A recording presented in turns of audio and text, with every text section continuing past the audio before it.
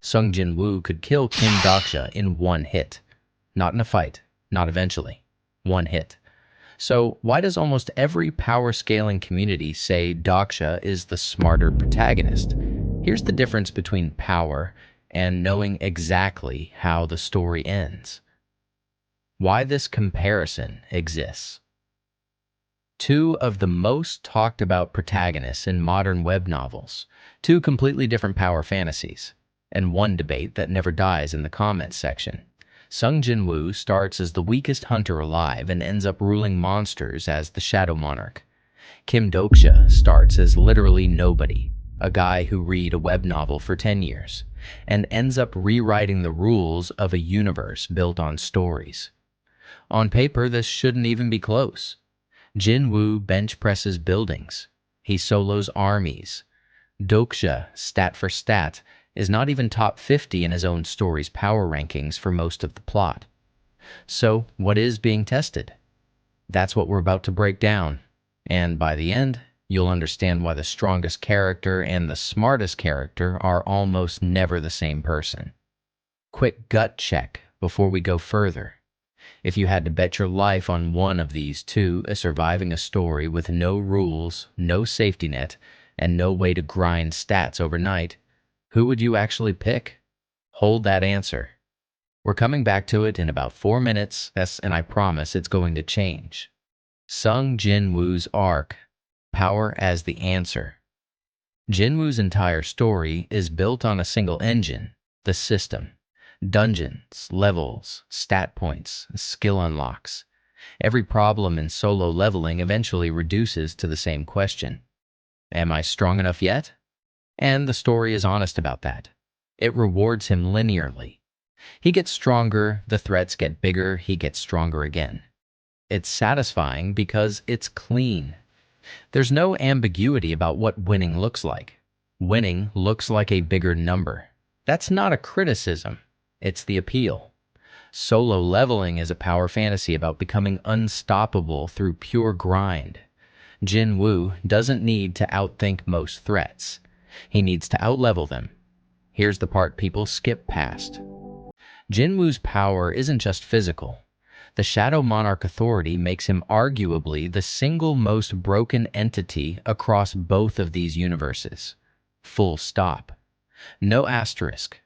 So if this were purely about who wins a fight, this video would be 40 seconds long. Because who wins the fight was never the actual question the two fandoms are arguing about. They're arguing about something the stat sheet can't measure. Kim Daksha's arse, knowledge as the weapon. Kim Daksha's advantage isn't strength. It's that he's the only character in his story who's already read the ending. He spent 10 years reading 3 Ways to Survive the Apocalypse as a web novel before it became his real life. Every plot twist, every character death, every hidden trap the universe has planned, he's seen it before in a different form. That means Dokja isn't fighting monsters. He's fighting a script. And the entire tension of his story comes from one brutal complication. He knows what should happen. But the moment other readers get involved, the moment the plot forks in ways the novel never described, his foresight becomes a liability as often as it's an advantage. He's not overpowered. He's overprepared for a test that keeps changing its questions. Let's make this concrete. Same crisis, same day one. Two completely different survival instincts. Jin Woo's first move in a crisis: get stronger right now by any means available. Dokja's first move in a crisis: what happens 3 arcs from now if I make this choice, and who dies if I get it wrong? One is reactive optimization. The other is playing 4-dimensional chess with a book he's already finished reading once. Remember that bet I asked you to make? Who survives a story with no rules and no grinding? Here's the twist. It's a trick question. Because Jin Woo's world does have rules. The system guarantees a path to power if you survive long enough. Dokja's world has no such guarantee. Reading the plot doesn't make you strong. It just tells you where the landmines are. So if you picked Jin Woo because he's stronger, you're not wrong, he'd win the fight. But if the question is, who's better equipped to survive an unfair, unpredictable story where power alone doesn't save you? That's Dokya's entire specialty. The uncomfortable counterpoint. Now, before this turns into a one-sided Dokja highlight reel, there's a real counter-argument, and it matters. Jin Woo isn't just muscle. His rise from weakest hunter to shadow monarch is also a story about strategy, about reading enemy patterns, exploiting dungeon mechanics, and making calculated sacrifices most hunters wouldn't. The idea that he's just strong undersells him. And Dokja isn't purely a genius either. A huge amount of his survival comes from outside help, allies who compensate for his physical weakness, and frankly, luck breaking his way when the plot diverges from the novel he read. The real framework. Two different kinds of smart. This is the part that resolves the whole debate. There are two different kinds of intelligence being tested in these genres, and fans usually mean different things when they say smart. Tactical intelligence, reading a situation in real time, adapting on the fly, exploiting a weakness the moment you see it. This is Jin Woo's strength. It's fast, reactive, and brutally efficient. Narrative intelligence, understanding the shape of the whole story, anticipating what kind of arc you're in and making decisions based on where the plot is going, not just what's in front of you. This is Dokja's entire identity. Neither one is smarter in a vacuum. They're optimized for different battlefields. Quick way to test which kind of smart you actually value more. Ask yourself this. Would you rather have the power to solve any problem the second it appears, or the knowledge to avoid the problem 3 chapters before it happens? There's no wrong answer, but your answer says a lot about which of these two stories was actually built for you. Why this debate actually matters beyond these two characters.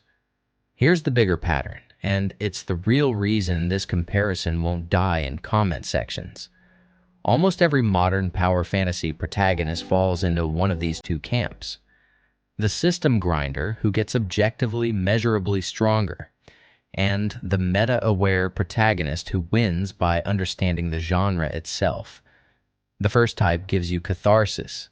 You watch someone go from 0 to godlike, and it feels earned because you watched every level up. The second type gives you tension.